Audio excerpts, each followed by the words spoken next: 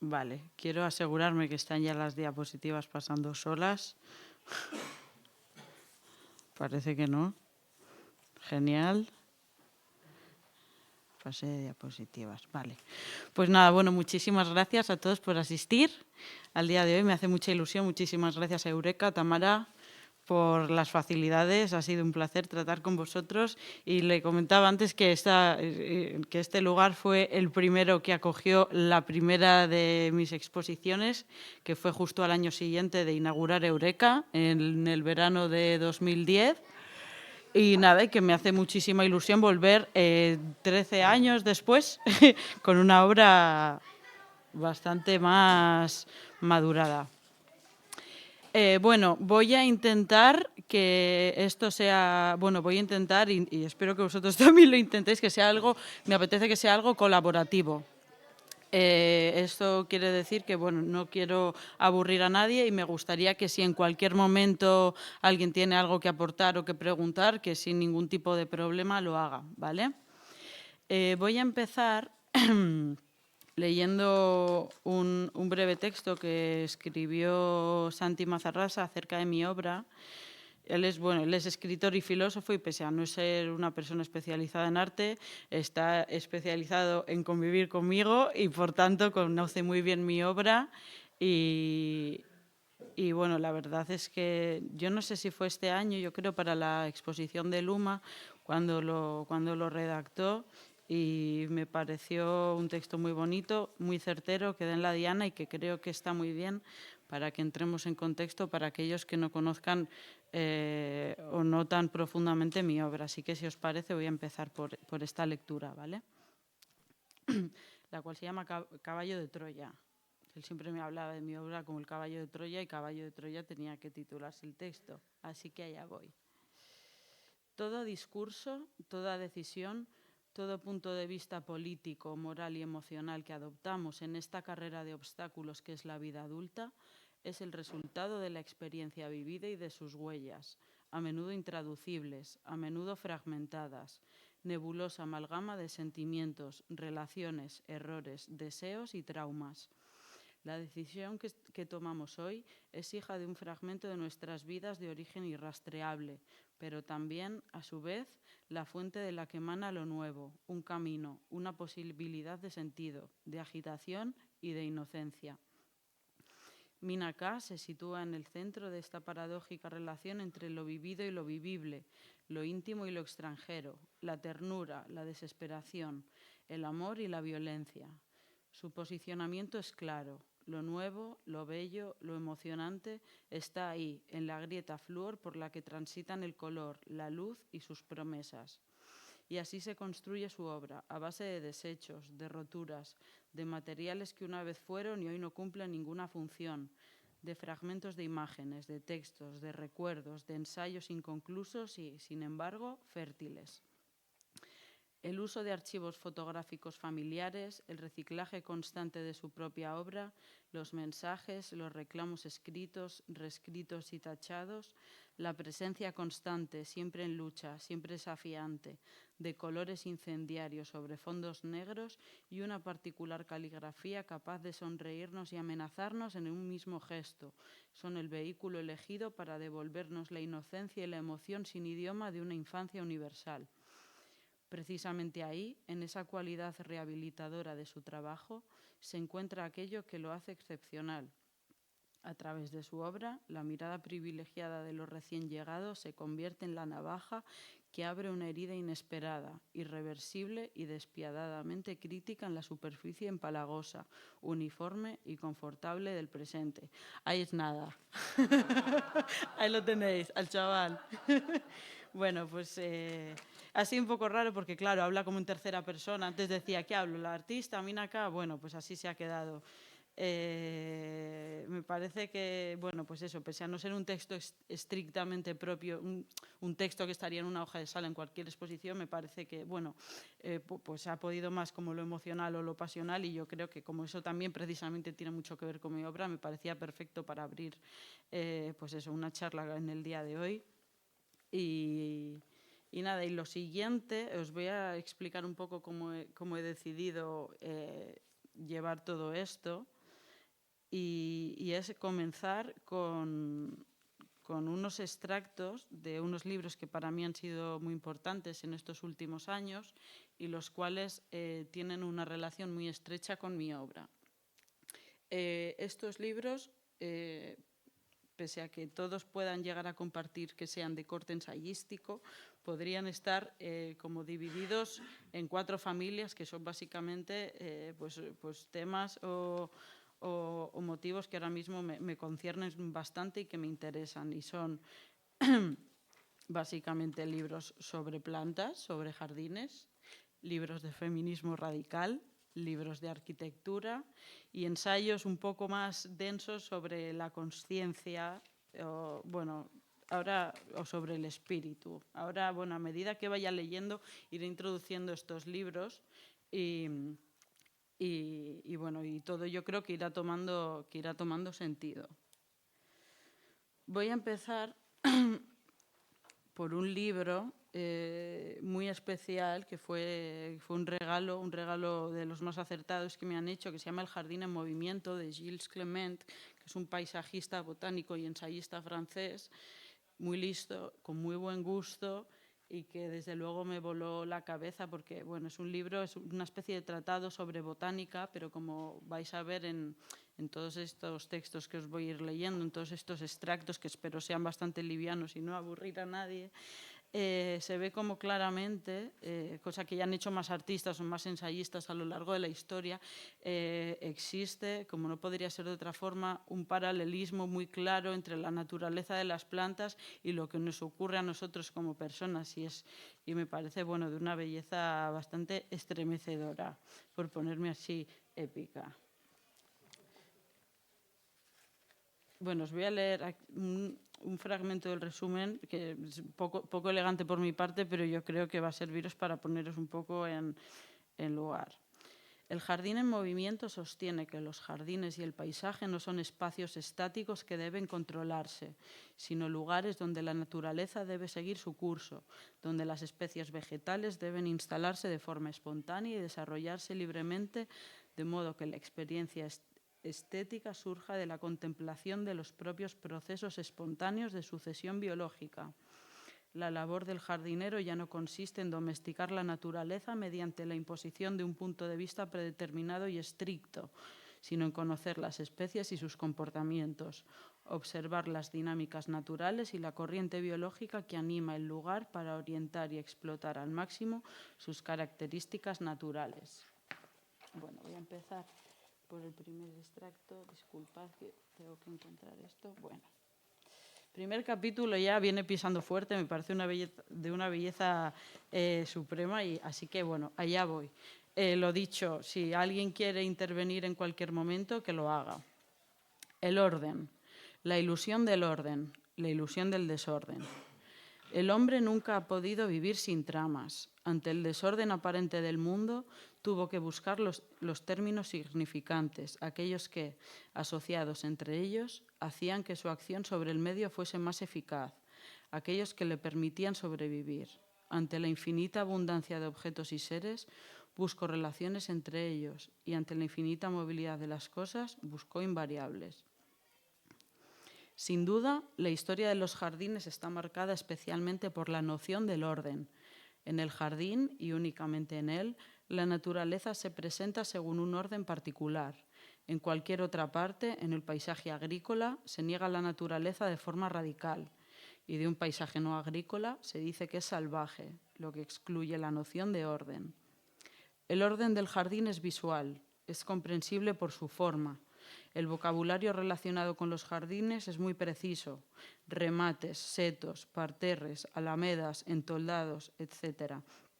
Y su objetivo es aislar elementos que, en la naturaleza, se entremezclan de forma confusa. De este modo, el orden es, al mismo tiempo, una apariencia, un contorno de las formas, una superficie o una arquitectura. Todo lo que se aleja de él es desordenado. De ahí el origen de las técnicas que garantizan ese orden: tala, corte, poda, escarda, rodrigado, empalizado, etc. Es como si, hasta la actualidad, el orden se hubiese percibido solo desde el exterior de los fenómenos. y como si éste no debiera cambiar nunca. Sin embargo, incluso para abordar la forma, existen otras palabras. Con relación a las masas forestales, se habla de manto arbustivo, cuando el lindero del bosque es espeso, y de margen para designar a los matorrales que lo acompañan. Este vocabulario alude a un tejido continuo que se desarrolla entre la copa y el estrato herbáceo. Está compuesto de múltiples especies imbrincadas, y cuando en este manto pradera se encuentran matorrales espinosos, se dice de él que está armado o que está invadido por una maleza de colonización. ¿Se trata entonces todavía de un jardín? Quizá, pero integrar estas palabras a la larga lista que ya entorpece las publicaciones sobre jardinería aporta una nueva mirada sobre la noción de orden. Una mirada diametralmente opuesta que, por ejemplo, tendría en cuenta la posible expresión de un orden interior, íntimo, el de los mensajes que se transmiten con vistas a una evolución, un orden que permitiría ir hacia. La naturaleza evoluciona, es decir, que suma y se vuelve compleja, no resta. En un jardín de orden estático, una dedalera que emerge del macizo que no le estaba destinado es indeseable, produce sensación de desorden. En un jardín de orden dinámico, una dedalera de raíces libres indica que el lugar está en evolución. El desorden consistiría, por el contrario, en interrumpir esta evolución. Con frecuencia, el orden se asocia a la limpieza. Es una noción subjetiva carente de sentido biológico. Origina comportamientos diversos. En un parque floral del centro de Francia, un jardinero cortaba flores marchitas y lozanas a la vez. Las amontonaba en una carretilla para tirarlas. Al percatarse, el propietario se inquieta y le pregunta: ¿por qué corta usted las flores que están en buen estado? Me adelanto, señor. Este gesto anodino tiene más consecuencias de las que pueda pensarse. Sin duda, eliminar la causa elimina el efecto, pero eliminar las flores marchitas no significa únicamente eliminar las manchas, limpiar. Significa también eliminar los frutos y, por lo tanto, las semillas. Ahora bien, es precisamente en las semillas donde se encuentra lo esencial del mensaje biológico, el que genera un orden dinámico y conduce a jardines desconocidos. Bueno, esto es el final de esta primera doble página que abre el libro ya duro. Todo este paralelismo que yo, a la hora de... porque este libro es como un libro más bien... Yo me lo llegué a leer de seguido, bastante más adelante de utilizarlo como libro de consulta. Pues está dividido como en una serie de partes que permiten precisamente eso, ya sea bien una lectura fluida o leerlo por partes. Entonces, yo, por ejemplo, al coger una mañana, hacerme el café y ya ponerme a dibujar, al leer esto, claro, yo pienso en ese orden, pienso, por ejemplo, en esa existencia de errores que en mi obra, a no ser que se me encargue algo concreto de alguien que ha visto alguna pieza determinada y la quiera o la tenga que hacer de cero, desconozco el error. Siempre es como una oportunidad para seguir creando algo, porque esa es precisamente, como no conozco el camino al que voy, no conozco el destino, pues un error no deja de ser pues otra oportunidad para seguir creando algo que a priori se desconoce. En este otro capítulo voy a leer la introducción, porque es algo bastante curioso también. Solo en el vacío, afirma, reside lo verdaderamente esencial. Hallaréis, pues, la realidad de una habitación, no en el techo ni en las paredes, sino en el espacio que estas entidades limitan. La utilidad de un botijo reside en el hueco que contiene el agua, no en la forma de la vasija o en la arcilla o la forma de la vasija o en la arcilla de que el alfarero la moldeó. El vacío es todopoderoso, porque puede contenerlo todo. Únicamente en el vacío es posible el movimiento. Esto es un extracto de Lao Tse citado por Kazuko Okakura, el libro del té. Y al leer esto me acordé, hace poco vi una entrevista a Chillida que estaba ahí en los archivos de Radio Televisión Española, en la que es muy curioso cómo, pensé en él, digo, estas personas tan en puntos de su vida y del tiempo y de la historia tan diferentes, cómo pudieron llegar a la misma conclusión. Y es que Chillida siempre habla de la escultura, de la importancia de la escultura a través del vacío. Él no habla de la escultura como esos armatostes brutalistas que construye a través del hierro, a través de materiales robustos. A él le interesa ese vacío que quedan entre las formas que él construye, ¿no? Entonces ya seguimos ahí como construyendo unos paralelismos por lo menos muy curiosos. El vacío arquitectónico contiene un lleno biológico donde se escenifica el movimiento, es decir, la realidad del jardín. Al contrario de lo que ocurre en el resto de los jardines conocidos, en los que la vegetación tiene lugar designado en los macizos, en los mixed borders, en los parterres, etc., aquí no existen límites físicos destinados a separar las hierbas buenas de las malas, puesto que estas hierbas, buenas o malas, son vecinas y se mezclan. Es el carácter biológico de estas plantas lo que determinará el emplazamiento y la forma de las masas de las flores. Aquí vuelvo a lo mismo. Cuando de repente surge una idea concreta y yo la llevo a algún tipo de soporte, sea el que sea, existe una idea preconcebida, pero luego, una vez eso está ya encima de la mesa, siempre va a venir algo desconocido, siempre va a venir una mala hierba, que en este caso seguramente sea un bote de pintura derramado, porque pues, es algo que me ocurre mucho, porque quien me conoce lo sabe, que soy muy manazas y por lo tanto eso está presente en mi obra. Y que ha sido algo que siempre es lo típico cuando estudiaba, era pues algo que me perseguía, ¿no? El dibujo técnico ya no os quiero ni contar, siempre que tenía que presentar trabajos en buenas condiciones pues se me hacía un poco la vida cuesta arriba, pero de repente cuando ya no, entre comillas, no tuve que rendir como cuentas ante nadie, hice de esa cualidad que a priori es negativa, pues hice parte de lo que conforma actualmente, yo creo que mi identidad estética, por lo menos.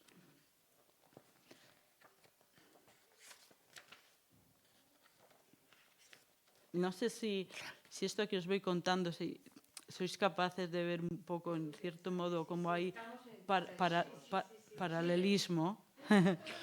Vale. Vale. Bueno.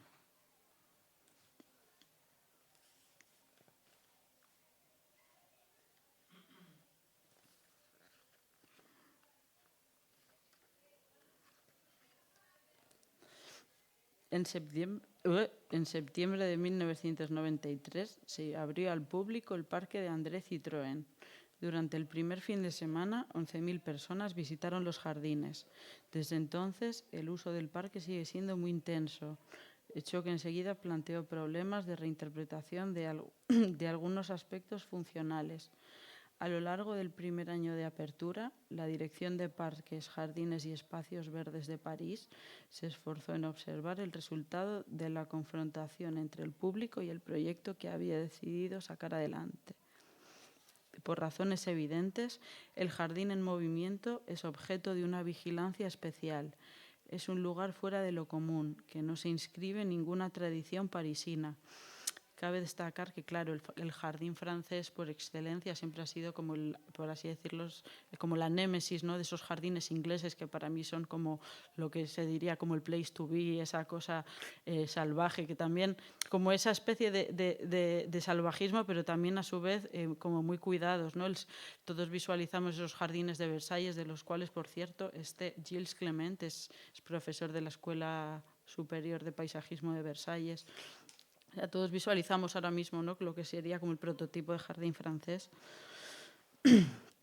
Por razones evidentes, lo retomo, el jardín en movimiento es objeto de una vigilancia especial. Es un lugar fuera de lo común, que no se inscribe en ninguna tradición parisina. Percibido de entrada como un espacio de libertad, se ocupa como tal, es decir, con libertad, con todos los interrogantes que plantea el uso de un lugar cuyas reglas son todavía desconocidas. En ocasiones rechazado, a menudo criticado, siempre citado, el jardín en movimiento del Parque André Citroën actúa como respuesta a la demandada implícita de un mundo que busca volver a encontrar en la naturaleza una parte importante de su existencia. Y podría enrollarme mucho más, pero como el segundo libro que voy a coger, El jardín en movimiento de Gilles Gilles Clement. Y este segundo también es un libro de Gilles Clement que no me he leído en su totalidad, que me lo compré ayer en Gil. Pero bueno, hay muchas referencias en este libro acerca del elogio de las vagabundas, que es como se llama este otro. Y esto que os voy a leer es el comienzo del anteúltimo capítulo, lo que sería una especie como de epílogo. Repito, bueno, el libro se llama Elogio de las vagabundas, hierbas, árboles y flores a la conquista del mundo. Y este capítulo, Planeta, país sin bandera. El mundo preocupado denuncia la invasión de seres llegados de fuera, extranjeros, plantas, animales. ¿Cómo osáis llegar a nuestras tierras? Abundan los artículos sobre el tema. Se organizan coloquios, cumbres mundiales sobre la urgencia de luchar contra todo lo que no sea autóctono, local y nacional. Se machaca al usuario con que hay que erradicar, por todos los medios posibles, las especies que no figuran en las listas autorizadas. Se legisla, se protege, se asegura. Cuando el sistema ya está constituido, se inicia un proceso extravagante, el de la evolución. Vosotros, seres vagabundos, no tenéis derecho a ocupar el terreno de los demás. Desapareced. No molestéis a nuestras series florísticas con vuestra presencia abusiva y mortal. Ahuyentáis a nuestras especies, a veces las matáis. La contaminación sois vosotros. Luchamos contra vosotros en nombre de la identidad nacional. Protegemos a nuestros ciudadanos, nuestro paisaje, nuestro medio ambiente. En nombre de la diversidad os haremos la guerra ya que queremos la paz. La paz, extravagancia humana sin fundamento biológico. Cada vez que se trata sobre ella, los elementos se desencadenan. El resto del tiempo la vida camina a su ritmo. Así va el proceso. Todos sabemos que se acelera. Fantástico. Un oscurantismo ultramoderno, magníficamente envuelto en ciencia, que destella informática, ocupa el ángulo de esta ventana a través de la cual miramos el mundo y así nos impide verlo. Los extremos se ponen de acuerdo sobre este atuendo cómodo de llevar, la bandera. Sí, nos la pondremos nosotros, los de derechas, que tanto deseamos proteger nuestro pasado. Nosotros, los de izquierdas, que queremos proteger nuestra diversidad. Aquejada de patrimoniomanía, la flora se ve arrastrada a la fuerza dentro del mayor museo del mundo, aunque se le llama naturaleza. Acaba de abrirse, id a verlo. Llevará este nombre lleno de sabiduría y promesas. Reserva. Reserva natural, mundial, planetaria. Dudamos. Para mí, que soy por naturaleza reservado, es decir, que estoy un poco en el margen de las cartas geográficas, la Reserva Mundial de la Vida se acomoda a gusto en un solo nombre, jardín. Ya lo he dicho en otro lugar. Con este término sin armas, el pasajero de la Tierra tiene derecho a soñar. Algo es algo. Reserva es otra cosa. Definida como un territorio ideal sin afiliación política, encierra, apretujada detrás de los barrotes y los textos legislativos, una serie de almas a las que se les prohíbe dos desvaríos: ir a ver mundo e invitar a que el mundo venga a ver. Solo los turistas tienen derecho, pues pagan. Hay que dar de comer a los guardianes de la reserva, ¿no? Bueno, como tengo muchas lecturas pendientes, voy a intentar resumir porque me da a mí que me he venido un poco arriba con estas notas. Pero es que de verdad que a la hora de intentar hacer justicia a la comprensión acerca de mi obra, me parecía todo esto muy importante. Pues muchas veces por las mañanas, ya que tengo desde hace ya un año y medio casi, estoy teniendo la suerte y el privilegio de poder invertir muchísimo tiempo en mi obra y en generar algo que de repente es como muy nuevo. Hay muchas formas que están emergiendo de una forma muy rápida y todo ello es gracias al descubrimiento de muchos de estos ensayos y de muchos de estos tratados que de repente he estado descubriendo, como por ejemplo, Gilles Clement, que este libro no creo que tenga ni un año y de verdad que me ha fascinado desde el principio. Ha quedado más o menos, ha habido ahí paralelismos interesantes, ¿no?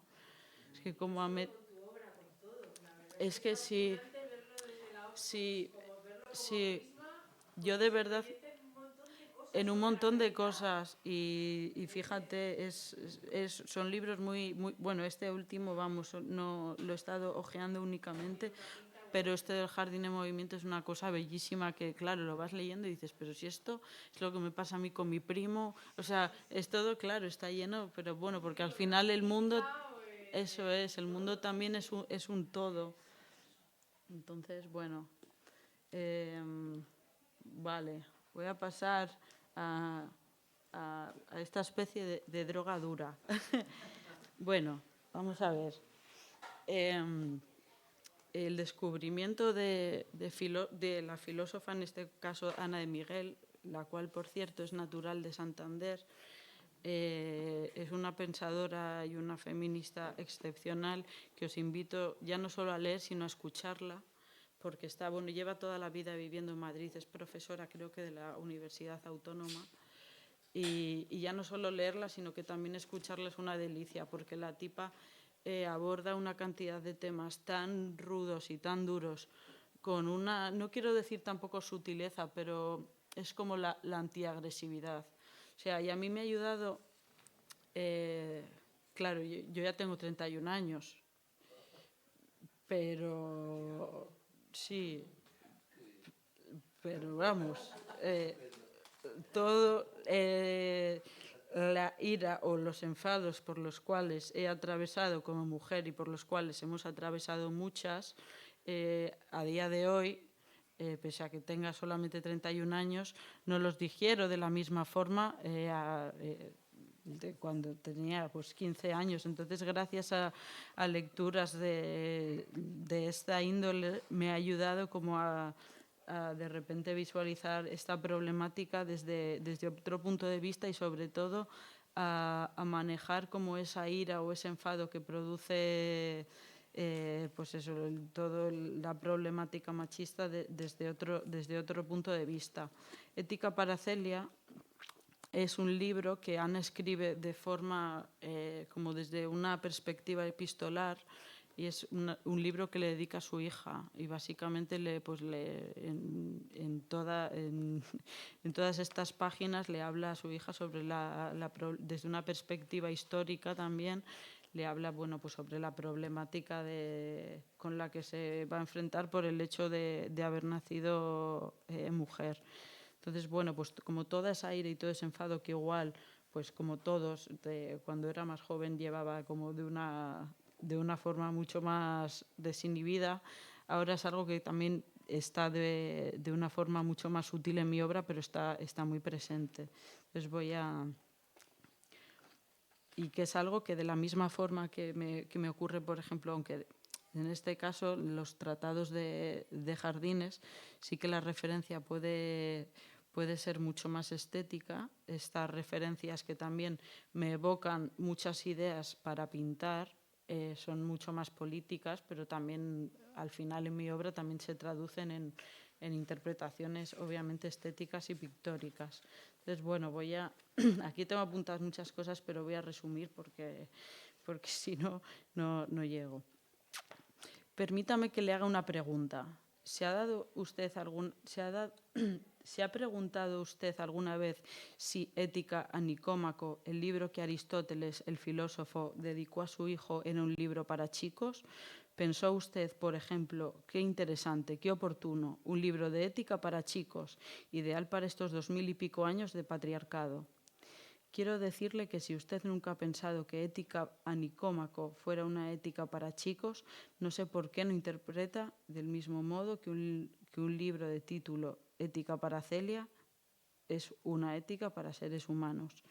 Ética para Celia es un libro para chicas, sí y solo si Ética a Nicómaco es un libro para chicos, porque soy filósofa y es un libro que le dedico a mi hija. Este es un libro para todo el mundo. Es más, diría que se trata sobre todo de un libro para chicos y para hombres hechos y derechos como usted, para que de una vez por todas adopten la posición moral y se pongan en el lugar de las mujeres, un lugar en el que nunca se han puesto. Hay que fastidiarse, porque ha sido la propia filosofía la que ha proporcionado la coartada para no hacerlo. Lo ha hecho desde el androcentrismo, el recurso por el que los varones se identifican con el ser humano neutral y las mujeres como una parte de la humanidad. Por eso no existen libros de historia de los varones y sí de historia de las mujeres. La historia de los varones se solapa con la historia de la humanidad. Esta identificación es casi una categoría a priori del entendimiento. Todo lo que conocemos y comprendemos desde ahí. Este libro explora las consecuencias de vivir bajo esta doble verdad, una para chicas y otra para chicos. Una cosa te digo, Celia, hasta aquí hemos llegado. Hoy sabemos que nuestros amigos los filósofos no escribían para nosotras, sino para legitimar que apenas pudiéramos leer y escribir, lo justo para hacer que sus vidas fueran fáciles y agradables. Esto escribió Rousseau.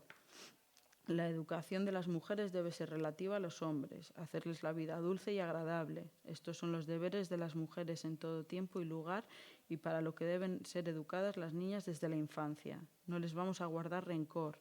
Nada podemos hacer por cambiar el pasado, pero saberlo nos ha cambiado la vida y la autoconciencia. Y ahora es necesario que cambie la sociedad entera, precisamente para poder tener juntos, mujeres y hombres, una vida nueva y con sentido. De esto se ocupa la ética. Bueno, pues la propia estructura de este libro, que lo hace bastante liviana, me refiero, porque en todo momento queda como muy claro que parece que le está escribiendo una carta a su hija y realmente está escribiendo un tratado de una problemática muy turbia, pero de una forma como muy sosegada. Y a mí eso es algo que sí que notablemente me ha marcado, porque yo siempre he tendido más como como un enfado mucho más explosivo. Cuando hablo de enfados me refiero a una estética como mucho más visceral, en mensajes como mucho más agresivos y leer como este tipo de autoras me ha permitido de repente sostener problemáticas o discursos desde la no violencia, por lo menos desde la no violencia verbal.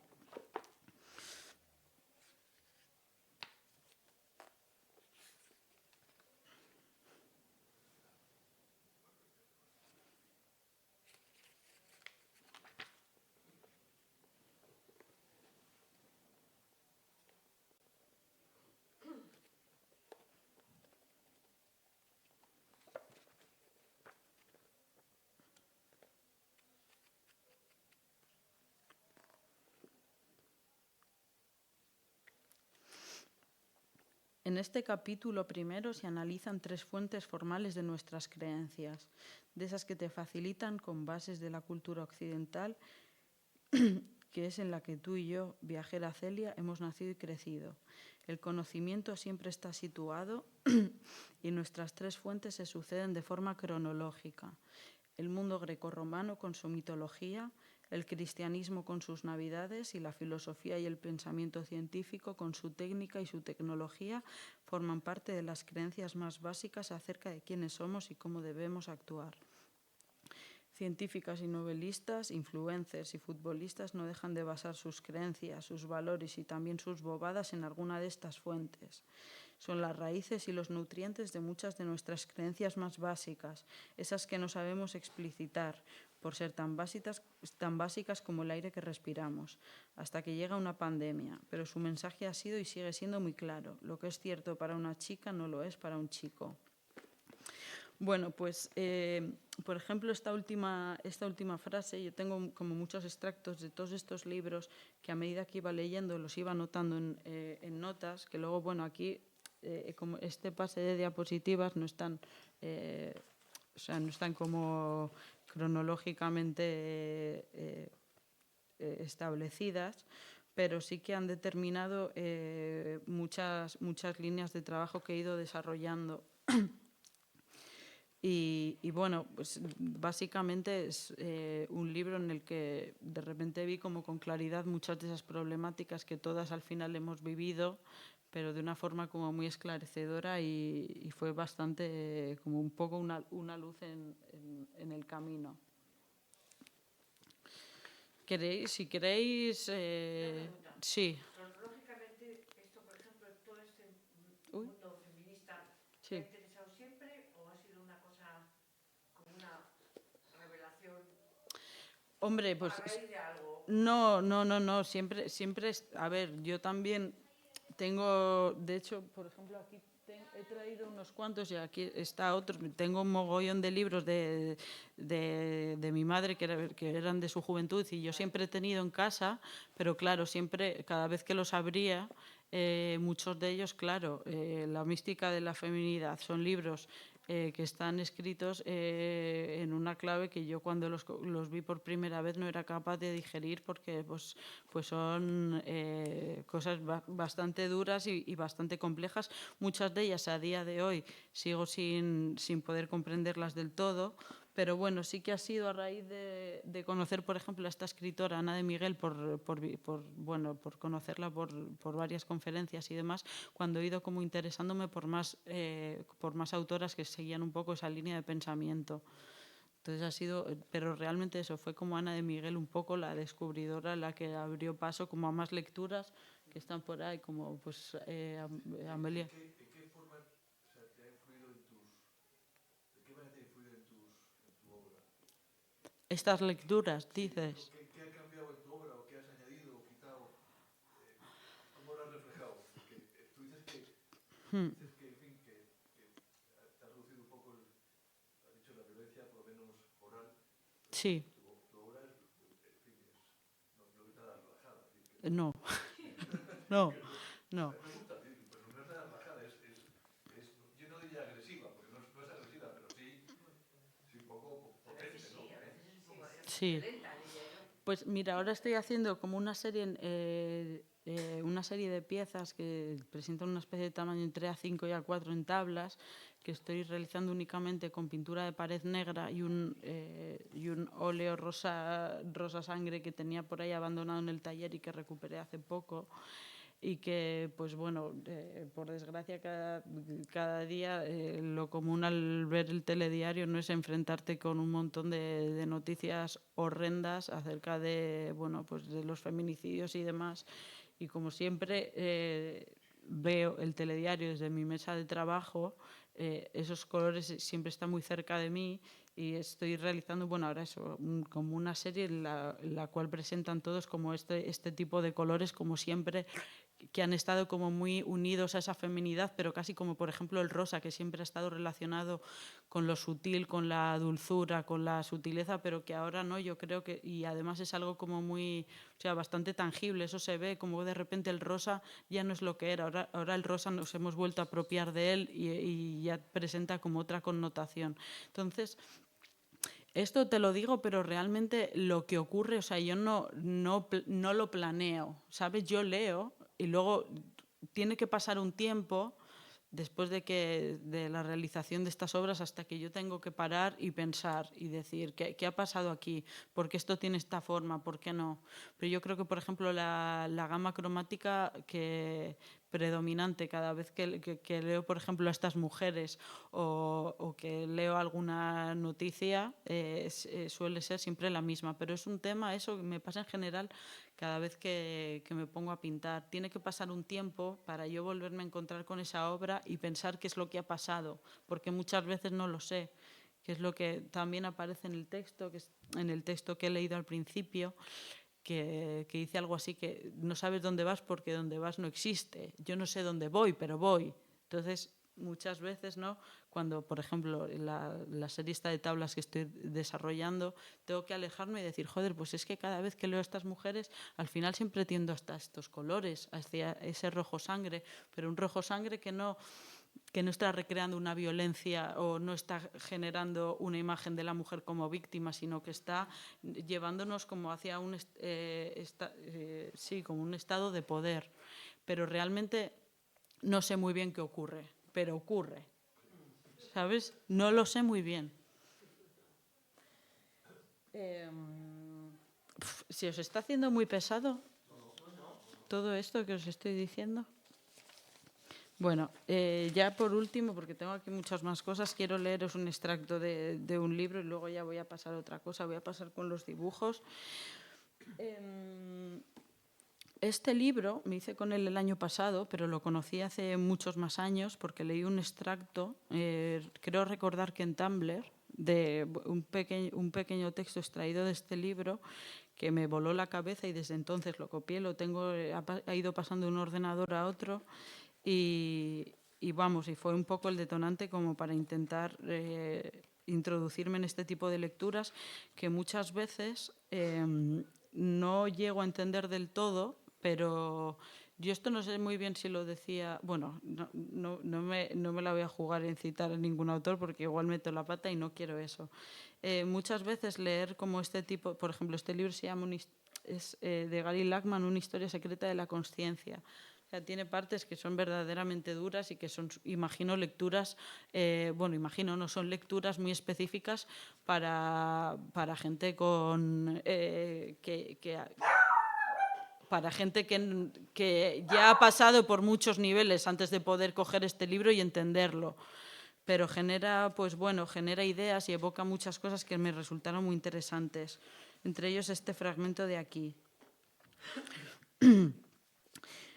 No hay ningún aspecto de la vida que no nos revele una infinitud de cosas nuevas e inesperadas si lo abordamos con el conocimiento de que la vida no se agota en su lado visible, sino que detrás de ese lado visible existe todo un mundo de lo invisible, todo un mundo de fuerzas y relaciones nuevas e incomprensibles. Y ahora empieza ese famoso fragmento que yo descubrí y que finalmente conseguí hacerme con el libro el año pasado, pero fue una tarea dura porque estaba descatalogado y finalmente lo conseguí. No recuerdo bien en qué librería. Allá va. Ouspensky comprendió que este mundo es un jeroglífico gigante, símbolo de un mundo superior y dotado de un sentido mucho más pleno. Un mundo que existe más allá, pero que irradia su significado a través de los objetos más mundanos. De todo ello tuvo una experiencia personal. Se tomó un descanso durante sus experimentos y se acomodó en un sofá a fumarse un cigarrillo, interrumpiendo sus tanteos de los límites de lo comprensible. Sacudió la ceniza y miró con asombro al cenicero. De pronto vio aquel objeto humilde como el centro de una vasta red que irradiaba significados y relaciones. En una ráfaga de comprensión, todo cuanto tenía que ver con el cenicero inundó su conciencia. Quién lo había fabricado, su uso, de qué material estaba hecho, la historia del tabaco, el larguísimo desarrollo de la capacidad humana para modelar su entorno, el fuego, la llama y la cerilla que acababa de encender. Todo parecía una ventana al mundo que hasta entonces había estado sin abrir, a través de la cual ahora observaba con asombro y admiración. Tan grande era la verdad que lo colmaba que supo que tenía que capturarla. Después, retornando al mundo de la consciencia cotidiana, leyó la nota que había escrito y decía: un hombre puede enloquecer a partir de un cenicero. Bueno, ya no voy a leer más extractos de nada porque, como veis, realmente es una amalgama de temas o de asuntos que aparentemente no, que no tienen nada que ver, pero que ahora mismo son los pilares fundamentales de mis lecturas, que normalmente yo no leo novela. Yo leo, su mayor parte ensayos, y muchas veces, como un ejercicio más en mi práctica artística, antes de ponerme a trabajar, me ayuda mucho coger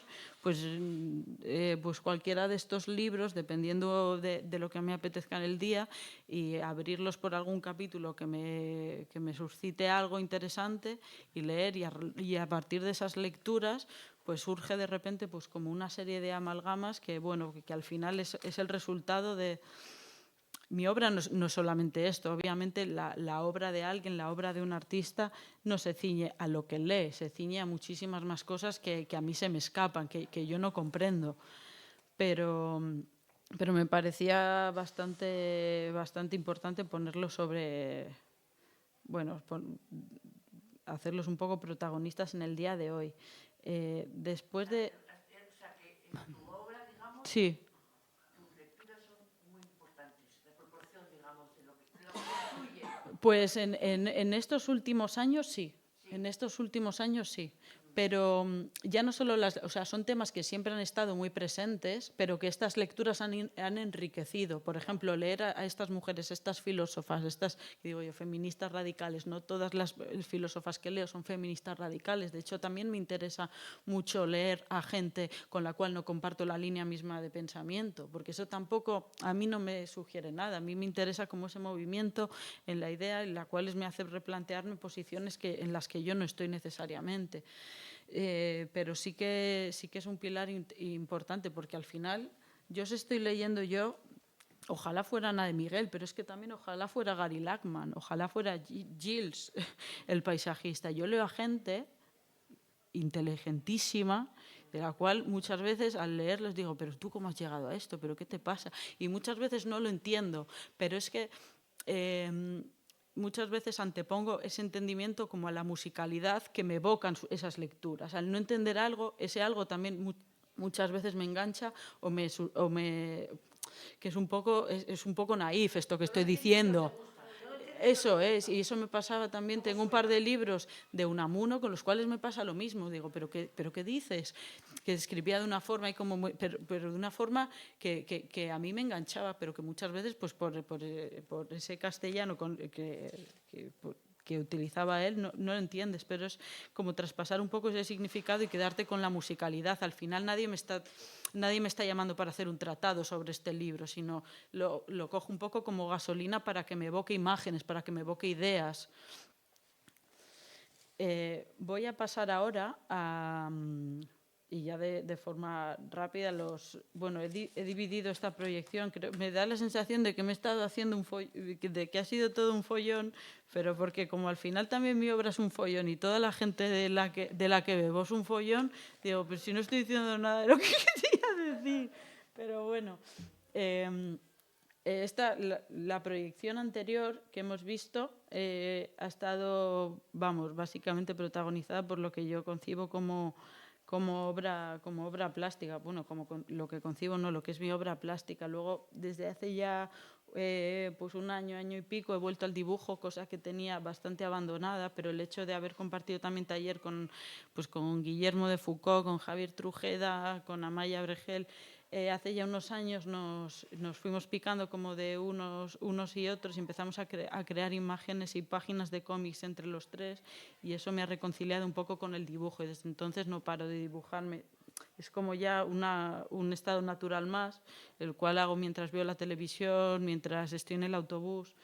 Y bueno, he ido desarrollando pues un montón de dibujos, yo lo llamo dibujos idiotas, sé que es un poco tirarme piedras contra mi propio tejado, pero también es una forma de ser honesta, porque realmente son dibujos bastante idiotas. Estos son básicamente las dobles páginas del fanzine Todofobia, que por cierto he traído aquí los cuadernos de dibujos, gran parte de ellos están aquí. Estos pues bueno, son... Esto también es una parte de la obra que para mí es muy necesaria, porque muchas veces, como habéis podido comprobar en estas lecturas, soy una persona bastante intensa. Entonces, tengo como esa línea de trabajo que sí, que como que mama mucho de ese conocimiento, de esa gente que es inteligentísima, pero yo también...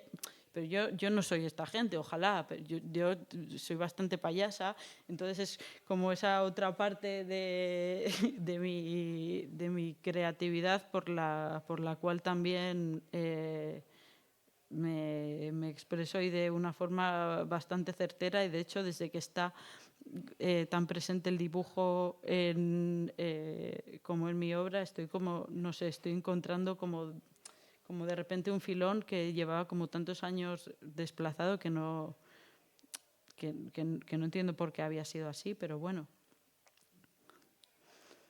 Hay aquí una amalgama de cosas que antes he pasado por el índice.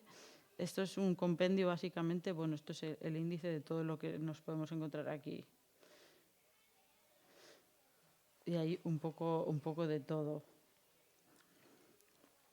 Son dibujos muchas veces realizados en cuadernos de tapa dura, pero muchos otros incluso sobre facturas o tickets que luego he ido escaneando y limpiando, pero vamos, es un poco amalgama de tonterías. Tengo una pregunta. Dime. Hay muchos motivos que se repiten constantemente, especialmente en los dibujos, y no hablo de roto, que se repite mucho, pero hay motivos como la casa, las llamas, la serpiente, Los gorros de mago. los gorros de mago, iba a decirlo, que se repiten mucho, y se repiten mucho en dibujos de una época, en dibujos de otra, pero el motivo está ahí. ¿Has pensado alguna vez por qué es? ¿O son las manos que ya te llevan? Son las manos, pero es que, es que eso me pasa con todo y ha sido el gran problema a la hora de enfrentarme al día de hoy. Y es que yo no sé muy bien qué pasa. Entonces, para intentar entender yo también lo que pasa, por eso me tengo que venir aquí. Tengo que venirme a algo tangible, a decir, bueno, estoy leyendo esto y sé que esta gente me está volando la cabeza, entonces tendrán que ver con lo que hago. Pero lo cierto es que muchas veces no sé lo que pasa. No sé lo que pasa. No sabes por qué pasa. No sé por qué pasa. No sé por qué pasa. Puedo irme, por ejemplo, a estos gorros de bruja. Yo leo mucho, leo cómic. Para mí el cómic por excelencia del que estoy enamoradísima es Megimog, de Simon Hanselman. Es una historia de unos amigos que son animales, la protagonista es una bruja. Bueno, no lo sé. No lo sé y me encantaría responder, pero es que hay muchas cosas que no lo sé, entonces me tengo que escudar pues en los libros, de una forma bastante cobarde, pero decir, bueno, mira, os leo esto y ya vosotros, yo qué sé, atad cabos. Ya, pero sí, pero es un intento. Es un intento de pensar, a ver qué pasa. Yo no lo sé. Esto también es una forma un poco de contrapesar, ¿no? Como también llega un momento que yo, por mi forma de pintar, por mi forma de crear, tengo trazo como muy espontáneo, me permite generar obra con muchísima rapidez. Entonces llega un momento en el que yo me levantaba, tomaba el café y es que ya estaba pintando, pero porque me da igual el salón, qué tal, si ensucio ya lo limpiaré, me da igual. Y pintaba y pintaba y pintaba y pintaba.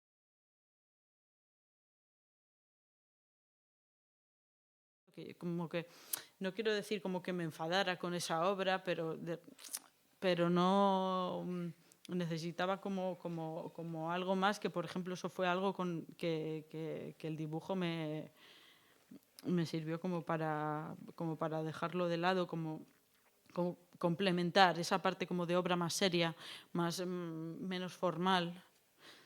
Un poco no quiero decir de reconciliarme con la niña interior ni todo eso, porque realmente como ese lenguaje naif o infantil siempre ha estado muy presente, pero bueno, creo que lo podéis entender al ver este tipo de dibujos, que es algo pues como mucho más punky, ¿no? Es volver al fanzine de verdad, no esas ediciones como por ejemplo Mule, que es la revista que hago con Santi, que sí que está como presente como esa estética y tal, pero no es esto, no es esta macarrada, necesita un poco volver a eso. Volver a eso no, hacer eso, porque no, eso siempre ha sido algo que ha estado presente, como por ejemplo, mira, pues aquí está presente también pues ese feminismo radical, bueno, yo qué sé, pues esas cosas que de repente leyendo, por ejemplo, esto fue el libro de Victoria Martín, que es una cómica, una periodista que me gusta mucho, que en su novela hablaba un poco, bueno, de este tipo de cosas, pero no con eso, no con estas palabras exactamente, pero que me hizo pues de repente decir, joder, pues bueno, pues me suscitó como este tipo de tonterías que al final han acabado en el fanzine. Tonterías como Cindy Nocilla. Pues hubo un día que yo sin querer pues me pinté aquí con rotulador y dije, mira, como Cindy Crawford. Pero bueno, y son tonterías, son absurdeces que, bueno, quien haya visto el fanzine, pues creo que sabe de lo que estoy hablando. Ese lenguaje fanzine que es un poco punk, como tú dices, que te relaja enormemente, estás encantada. Estoy encantadísima.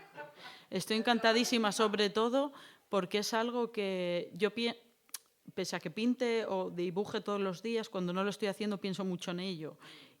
Pero claro, no es lo mismo lo poco manejable que es la pintura a la hora de salir de la calle y llevarte la pintura, no puedes. Entonces eso de coger y llevarme mi cuaderno y en el momento de esté donde esté poder coger notas, poder, pues eso, como esa inmediatez así como que me ha reconciliado un poco como con... ¿Eh? Es un poco juego, sí.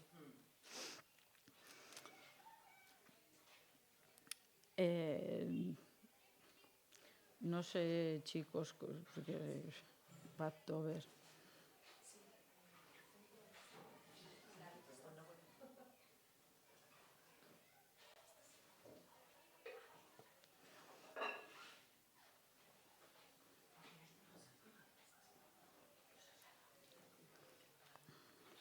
Esto es bueno, estoy ahora yo no sé si conocéis el Inktober, que es como una propuesta que se desarrolla en octubre, que es básicamente todos los días de octubre, que hacer como un dibujo a tinta. Y este año es el primer año que lo hago. Hay como muchas listas que proponen como muchos perfiles de ilustradores y demás. Entonces yo me he guiado por una de una chica, una ilustradora, que ella propone el Badtober, y es una lista como de cosas como muy tontas. En plan, día 1 hay que dibujar a 2 compadresitos, el día 2 hay que dibujar a otros 2 compadresitos, el día 3, que era como el Only Vibes. Ella es inglés, entonces claro, las vibes en español se traducirían a pues, solo vibras.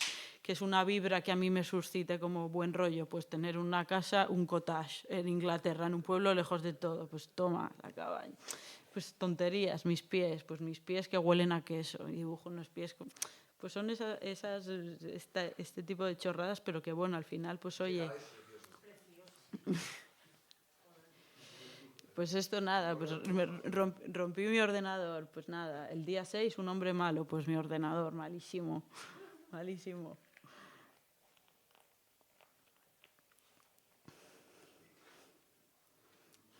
Nintendo, pues bueno.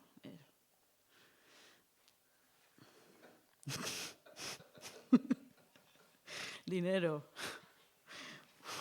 Un hombre del que oí hablar una vez. Tengo un limonero en la terraza. Pues ahí está. Sí, limones, claro, por supuesto, pero bueno, aquí vale todo. Aquí está, pues ese feminismo radical llevado pues al humor, porque al final todo esto está regido por el humor. Pues bueno, una cena de niña, pues de cena, pues la cabeza del señor que me dijo algo el otro día por la calle. Ahí está, feminismo radical. Día libre, pues mi perro y mi gato.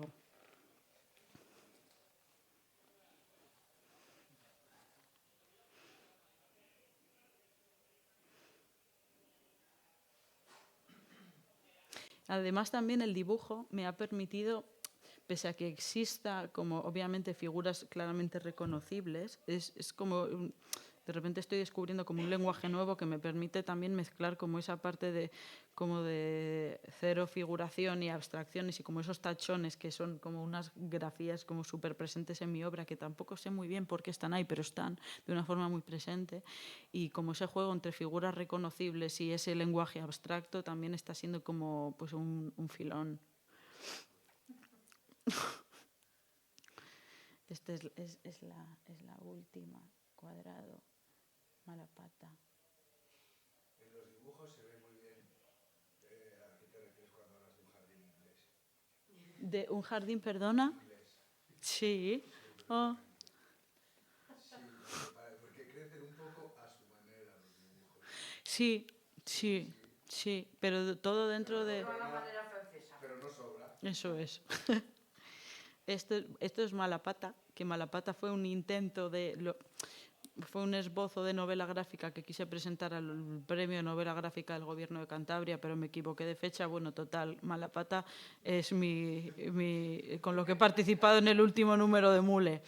Y Malapata, bueno, os lo leo. Malapata es un esbozo de ensayo gráfico que cabalga torpe entre puertos, valles y desiertos, con el único fin de descubrir cómo se ha de transitar por el fuego. Malapata camina, nada y vuela. Dominar el elemento restante, el fuego, se convertirá en el hilo conductor de esta historia. En Mule solo hay 4 páginas, pero bueno, estoy trabajando en ello y seguirá. Entonces, bueno, es también pues una amalgama de dibujos pasados en los cuales, pues bueno, hablo como Malapata va a intentar conocer cómo se ha de transicionar por el fuego, cómo se ha de transicionar cuando, pues bueno, no te vienen bien dadas, ¿no? ¿Qué se diría? Nada camina y vuela. Agua, tierra y aire. ¿Qué es lo que se hace en el fuego? Se pregunta Malapata. Necesito aprenderlo. Dependiendo de dónde quieras llegar, habrás de saltar o atravesar. ¿Quién lo dice? ¿Quién me habla? ¿Hay alguien ahí? Hola, balbuceó asustada Malapata. Llegar lejos. ¿Llegar cómo? Las llamas... Gracias. Me pasa mucho, no sé qué pasa. Atravesar las llamas es indispensable para llegar lejos, para llegar bien. Saltar las llamas es indispensable para sobrellevar esta vida de mierda. Saltar las llamas, esquivar el problema, es a veces una opción que a menudo muy digna y necesaria. Mala pata pensando qué hacer. Salto, es demasiado grande y mis patas muy cortas. Claro, es que leer novela gráfica en alto me estoy dando cuenta que no es absurdo, porque hay que ver el dibujo, si no, que es gráfica. Alfabeto, bueno, esto es... A ver. Este es un... Cuando empecé a tatuar, generé como esta especie de alfabeto, que no están todas las palabras. Bueno, hice con la A, pues aguijón, un juego visual con algunas palabras que empezaron por la letra correspondiente. Como eso, como un fanzine para tener, como para ideas para hacer tatuajes.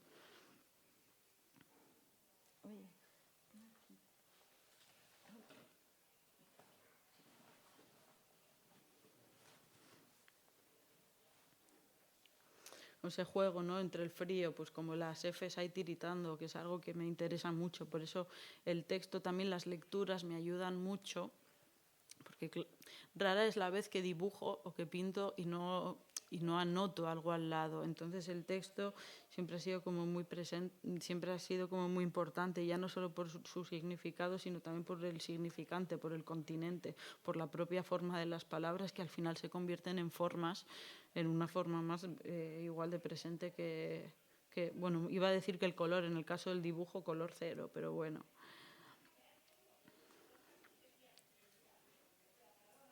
Uy.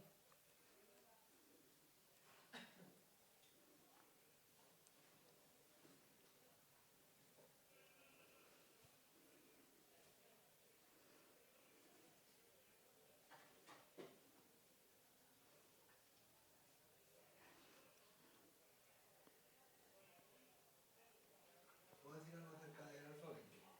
Sí. Yo creo que esto alguna vez lo hemos hablado, o si no lo hemos hablado, lo hemos intentado hablar. No, quiero decir, hay una cosa que a mí me parece de cualquier artista, en realidad sí, en el sentido más amplio de la palabra artista, ¿no? Que es que lo que diferencia a un artista de un ingeniero, por ejemplo, es que el artista no tiene necesidad de comprender el mundo. De algún modo el artista lo que hace es crearlo constantemente, ¿no? Crea un mundo un poco a su medida. Y la medida, lo que lo cree, lo hago más o menos interesante. Pero a mí me parece, de verdad, que el trabajo con el alfabeto es de las cosas más interesantes que han ocurrido. Sí. Bueno, Ya, sí, lo entiendo, sí. Porque no hay nada más fundamental para crear un mundo que empezar por el alfabeto, que es Vale. lo que va a dar forma a las palabras que van a nombrar ese mundo, ¿no? Por eso me parece que yo creo que, en este caso, creo que el alfabeto lo hacías de una manera más inconsciente. Totalmente, sí, sí. Pero te hiciste de la A a la Z. Sí. Ahí creo que hay una voluntad de crear un mundo a tu medida, en este caso a la medida del artista, que muchos otros artistas no saben que necesitan hacer, no saben que tienen, no dan que tienen esa posibilidad.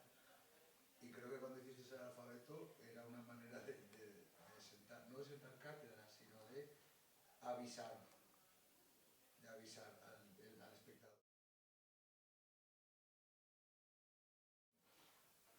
Y luego ya querrás o no querrás entrar, pero bueno, quería decir eso, que el alfabeto es el primer paso para crear un mundo. Y ya lo tienes hecho. Yo, respecto a esa necesidad de no comprender el mundo, yo sí que lo necesito. Yo necesito, por eso cuando escribiste el texto como sobre mi obra, es como que eso muchas veces pasa, a ti te pasó cuando escribió José Carlos la reseña sobre el libro, que es que de repente hay gente que viene de fuera, que no eres tú, a explicarte lo que haces, ¿sabes? Y eso está muy bien, es súper enriquecedor, pero es que yo necesito ser esa persona, pero es que claro, porque yo lo necesito todo, ¿sabes? Y no se puede tenerlo todo, pero yo como creadora, yo conozco mis ritmos, llega un momento en el que necesito saber qué es lo que estoy haciendo, porque no me vale, porque hoy llego aquí y os leo esto y digo, ¿por qué? claro, en mi cabeza algo claro debe de haber para que esto ocurra. Pero yo necesito entenderlo, porque yo no lo puedo entender. Yo os leo esto y yo pienso, y yo puedo recordar días en los que he leído esto y digo, joder, qué lista es cuando dijo esto. Entonces cojo esa palabra, una palabra que he leído y lo pongo. Pero claro, es una forma, hay que desmenuzar tantísimo la cosa que resulta imposible traducirlo. O por lo menos a mí me resulta... Mira... Perdón, puede ser porque hay dos, y esto tiene tanto que ver con tu obra como con la obra de cualquier artista, ¿no? Hay dos, son momentos diferentes y el artista crea, entonces es imposible entender lo que uno crea, porque si no, no estaría creado. Estaría ya hecho, ya tendría nombre, ya tendría características, ya tendría accidentes. Ya, pero Otra una... cosa es que tengas esa necesidad tremenda de entender qué estás haciendo, pero claro, si entiendes lo que estás haciendo, probablemente no lo hagas, porque ya tendrías la solución. Mira, eso me pasa, por ejemplo, que hace poco que estoy haciendo como he comprado como unos marquitos, estoy haciendo como unos collages así como muy monos, muy de salón, muy cookies para el salón, entonces mucha gente los quiere, entonces los estoy haciendo como por encargo un poco, y es que ya basta que haya ocurrido eso, que claro, que yo encantada, además son cosas que no son cero figurativas, no, nadie me exige que vaya, que replique eso exactamente, pero basta tener que replicar un gesto como despegar una cartulina para que quede así, para que yo esté como tensa, ¿sabes? Pero eso no vale, a mí no quiero pasar por eso. Quizás O sea, es no... porque ya lo entiendes, porque ya entiendes lo que te están pidiendo, y entonces te están pidiendo que lo repliques y no quieres, porque tú no estás creando, quizás, ¿eh? Pues un poco lío. Un poco lío, te has hecho un poco lío, pero es que yo también me he hecho un lío. Oye, yo sí estoy aquí, pero yo qué sé, cortadme, yo tengo aquí dibujos absurdos. Inesperada. Es que es la hermana de Santi, que hace surf. Y se llama Inés, para más Inri. Inesperada. Es una pera también.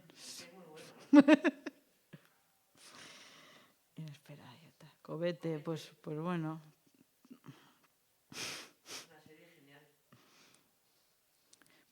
Pues tonta, pero porque también necesito como rehuir también de esa intensidad, de el libro de la conciencia secreta de tal. Bueno, yo también soy, ¿sabes? Necesito no reconciliarme porque no estoy enfadada, necesito también dar voz como esa Marina que no es tan intensa. Además, es que intensa tampoco, porque no soy yo, un poco la Marina payasa, que es en realidad la Marina primigenia, porque la Marina que lee, o sea, cuando yo... De una forma u otra vuelco todo este conocimiento que esta gente inteligentísima me está aportando, en realidad está más presente esa gente ahí que yo, y aquí estoy presente yo más que esa gente. No quiero decir que me aporte más o menos. Son manifestaciones superficiales. Yo creo que aquí hay un espíritu dadaí que tiene toda una tradición artística también y de ruptura con lo establecido, con ese desorden, o sea, que realmente no me parece nada banal ni nada tonto. Ya. Tú puedes darle el tono que quieras, ¿no? Pero debajo de eso estás diciendo muchas cosas, no solo sobre tu biografía, sino sobre tu respuesta al mundo, y creo que hasta formalmente posee una actitud hacia la vida que creo que habla, o sea, que es más profundo de lo que a priori puede parecer. Que algo sea divertido no significa que no sea profundo y que no hable de una manera seria sobre las cosas, ¿no? A mí me parece un trabajo maravilloso. O sea, Gracias, Lidia, hija. No, en serio, sí, es verdad. A veces tenemos un poco hacia las cosas divertidas o las cosas, parece que algo es exacto, que no se valora mucho que hay, o sea, muchas cosas que hay, y hay un formalismo, o sea, ocupas el espacio de una manera, se elige las palabras están escritas de cierta forma, quiero decir que no es nada banal para nada, ni nada superficial para nada, vamos, para nada. Así que Joder, una gracias. cosa sea payasa y divertida, eso a veces el humor es una de las características más importantes de la inteligencia, ¿no? Exacto. Y que no se puede impostar, ¿no? Aquí sí, en España en especial amo las comedias, ¿no? Sí, exacto. Lo inteligente era lo aburrido y es lo suyo, ¿no? Y sobre todo Pues todo que de de Bleach. cosas banales está lleno el mundo. O sea, Aquí toque techo. Hostia. Perdón, perfecto. Siguiendo el camino de Lidia, cada 31 años que hagas este recorrido increíble, es un lujo, de verdad. Joder, gracias. Que puedas ver la vida desde diferentes puntos de vista tan prismáticos y tan... Lidia lo ha retratado muy bien, ¿no? Y gracias, de verdad. Sigue... Joder, gracias. Que es impresionante. Gracias, qué todos bonito. aplausos ya. Eso no es aplausos. Gracias. Joder, pues muchas gracias, hijos, qué bonito. Yo qué sé. Encima, has recordado que has estado aquí hace 14 años. Sí, sí, pero digo yo, madre mía, que es poniendo los dibujos de bachiller, o sea, se puede ser más pedorra, tío. ¿Quieres poner los dibujos del bachiller? Madre mía. ¿Cómo fue aquello? Mira, ¿cómo fue aquella historia? Joder, pues no sé, pues estamos en el instituto en Santa Clara diciendo, no, bachillerato artístico en Santander es una ciudad de viejos, y de repente abrió un sitio como Eureka, en plan, todos queriéndonos ir echando pestes de Santander, porque pues es lo que hemos hecho todos, y de repente abrió Eureka y fue como, jolín, como una luz en el camino de decir, yo antes de irme, que me fui a Salamanca a hacer Bellas Artes, Eres tan inteligente. Si en aquel momento viste que Eureka... joder, Por eso haces lo que haces. Y por eso estás evolucionando al futuro partiendo de lo más punk del 77. joder. Desde el fanzine, estás inventando el fanzine nuevo. Oye, pues muchas gracias, y ya con esto os dejo de dar la chapa. Esto es ya, pues bueno, la aportación del dibujo y de la obra al tatuaje, que es... Ah, vale, muy bien, solo está abierto este. ¿Puedo decir una cosa de los dibujos que me ha dado como palabra antes? Claro. Pero es que cuando estabais hablando como de todo el tema este del humor y así tal, que, o sea, a mí me encanta como lo que estás haciendo con estos dibujos, porque yo toda la obra que conocía tuya anterior como tiraba más de esa abstracción y la fotografía y como romper con las formas, romper con las líneas, y me gustaba mucho, pero claro, luego también como conociéndote un poco y siguiéndote en Instagram y todo, como que tienes ese lado súper iconoclasta que quiere como romper con las cosas de verdad y como cargar contra ellas, y siempre lo haces con humor, como yo que sé, el filtro de la patata y todo eso. Ahí lleva. Como que siento que toda esta línea de dibujo como más figurativo, con las, pues eso, como con las mismas figuras, tipo una patata, una pera, Sí, esa tontería. como que tiene como un poco ese lado tuyo de cargar contra las cosas con humor, ¿sabes? Y decir, bueno, estoy aquí y Sí, esto me parece ridículo. sí. Lo pongo y te hago gracia, pero ves como lo ridículo que es a través de como esta representación encima como infantil, entre comillas, ¿no? Que sigue como esta cosa del dibujo, que para mí los dibujos que más me gustan son estos. Lo sé, que tú lo... Me encanta y me parece que hay que saber cómo dibujar y para dibujar de esta manera, como de una manera muy especial. Como que no Joder. es simplemente ponerte a hacer como dibujos de mierda y ya está, ¿sabes? Es verdad, porque la gente ve estos tazos y estas cosas y dice, no, eso también lo hago yo, y es en plan, no, tú no lo haces de otra forma, que está muy bien también, pero no. Pero no es lo mismo, ¿verdad? Sí, y eso, no sé, que creo que sí es como muy representativa de una parte de tu carácter, que está muy guay que la muestres como desde la figuración y desde ese hacer y hacer y hacer y hacer, estás como siempre ahí al final, y no sé, que eso me gusta mucho. Joder, gracias. Qué guay. Qué guay. Qué bonito.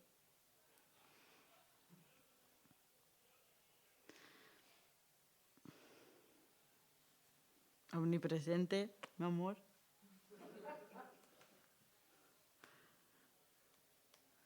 Pues tal. Yo qué sé. Todo lo que hago. Esta se va. Esta se va. Esta es esta. Esas flores y esas mariposas con problemas. Qué monas quedaron monísimas.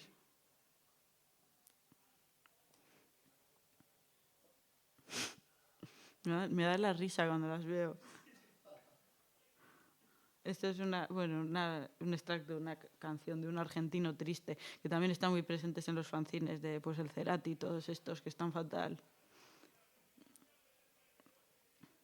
Bueno, mirad cómo acabó Calamaro, que es... Madre mía. Uf, qué persona. Bueno, pues eso.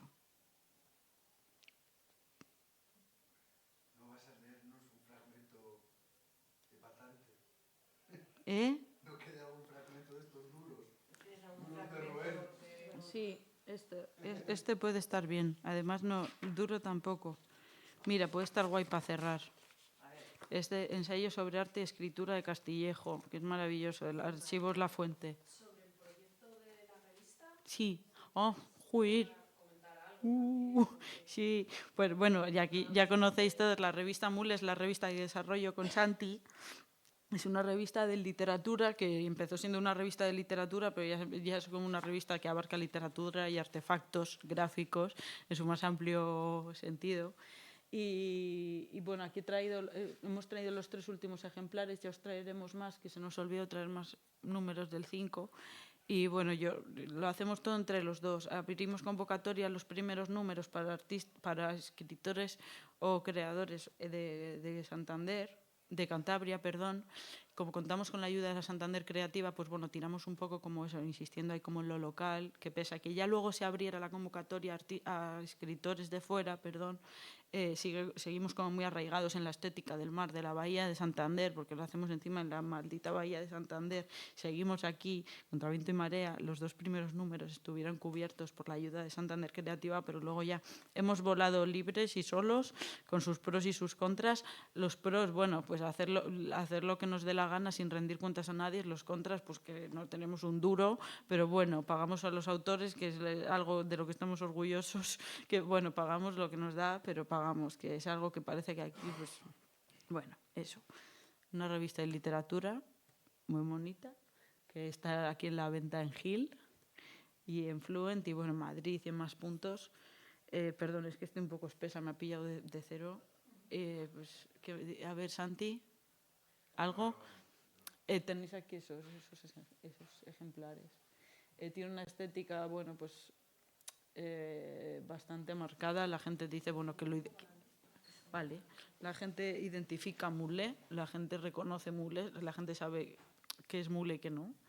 Y eso yo creo que ya es un gran paso, porque bueno, pues generar un lenguaje propio que te diferencie del resto más en este mundo de constante bombardeo, iba a decir de imágenes, pero bombardeo en general de todo, ahora más que nunca, bombardeo. Pues es muy complicado abrirse paso. Y nos abrimos paso pues aquí en Santander. No generamos la revista con intención de pegar el petardazo en ningún lugar, sino porque Santi es escritor y yo soy artista, y juntos podíamos hacer muchas cosas, entre ellas pues una revista de literatura en la cual yo encargarme de la parte gráfica y el de la edición de los textos y demás. Y bueno, pues fue pues otra forma más de confluir en nuestro amor.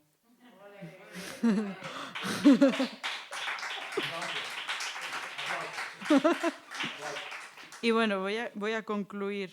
¡Ay! Espérate, a ver. Aquí. Dentro de Ensayo sobre arte y escritura de Castillejo, este texto está precedido por el título El fracaso de la interpretación. ¿Por qué tratamos de entender las obras de arte como si fueran un instrumento de la avidez para captar la realidad, en vez de considerarlas como un modo específico de tener en cuenta a la experiencia? Es que es una pregunta como larguísima. Modo que además puede facilitar la comprensión. A ver, empiezo, ¿vale? Perdón. Es una pregunta de 6 líneas, no sé cómo entonar esto. ¿Por qué tratamos de entender las obras de arte como si fueran un instrumento de la avidez para captar la realidad, en vez de considerarlas como un modo específico de tener en cuenta la experiencia, modo que además puede facilitar la comprensión de la libertad que ve sin captar la vacuidad o mutua relación de todos los procesos o fenómenos? La escritura con Nabokov la escritura moderno-modernista logra un punto crítico. La I, es que claro, esto ya es como muy específico. La I de ese libro no es solo una letra, sino un signo de sí misma, ni tampoco solo un símbolo. La historia consciente e inconsciente de esa letra es la que impide, además, su reducción a la literalidad de la marca, pero que también impide la fijación que haría que su constelación como símbolo pudiera derivar en una dependencia religiosa, dado que semejante constelación se revela como vacua, al igual que resulta vacua la lectura como signo. La vacuidad o mutua relación de Sassies con los procesos y fenómenos, tanto del libro como del mundo en el que el libro surge, impide que se les pueda atribuir una falsa naturaleza propia, así como tampoco puede atribuirse a las páginas en blanco. Bueno, en realidad debía de haberme acabado al final de la interrogación, que fue por lo que marqué esa página, cuando plantea como esa incógnita acerca de la interpretación, en por qué, que a mí me ha pasado muchas veces cuando trabajaba en un espacio expositivo, que claro, la gente, bueno, y vosotros lo sabréis, tú, Lidia, lo verás, hay mucha gente que no está relacionada o que no está familiarizada con el arte o con el arte moderno especialmente, a la cual tiende a visitar los museos o las salas de exposiciones con miedo, como diciendo, esto no lo entiendo, va como, no entiendo, esto es como de gente más lista que yo, o como la gente va como con miedo a los sitios, cuando es como hay que perder el miedo a la interpretación, no pasa nada. Obviamente, comprender el arte contemporáneo es como yo ahora mismo ir a la facultad de físicas, entenderme la diferencia y querer entender. Iba a decir algo de física, pero es que no sé nada, no sé, la teoría de cuerdas. Y decir, a ver, explícame, yo quiero saber por qué el mundo no... Porque, no se puede no puedes llegar de repente a ver la instalación, por ejemplo, de Ronnie Horn, que tuvo lugar en el Centro Botín hace unos meses, y entenderlo todo de primeras en cuanto entras. Hay que hacer ese ejercicio de intentar comprender, de leer, de formarse.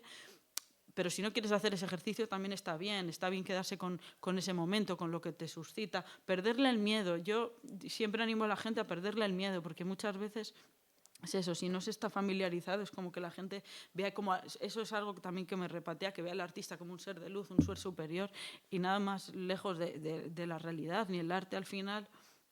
Que yo no tengo ni idea de lo que es, pero desde luego que lo que sí que tengo muy claro es que hay que perderle el miedo total y absoluto y abrir el mundo y el espectro de la interpretación a algo mucho más cercano a nosotros, dejarnos fluir como por la musicalidad que nos pueda sugerir las diferentes exposiciones que podamos visitar, los diferentes fragmentos de música experimental que podamos escuchar, que hay que perderle el miedo, que hay mucho miedo por ahí en general a las cosas. Eso.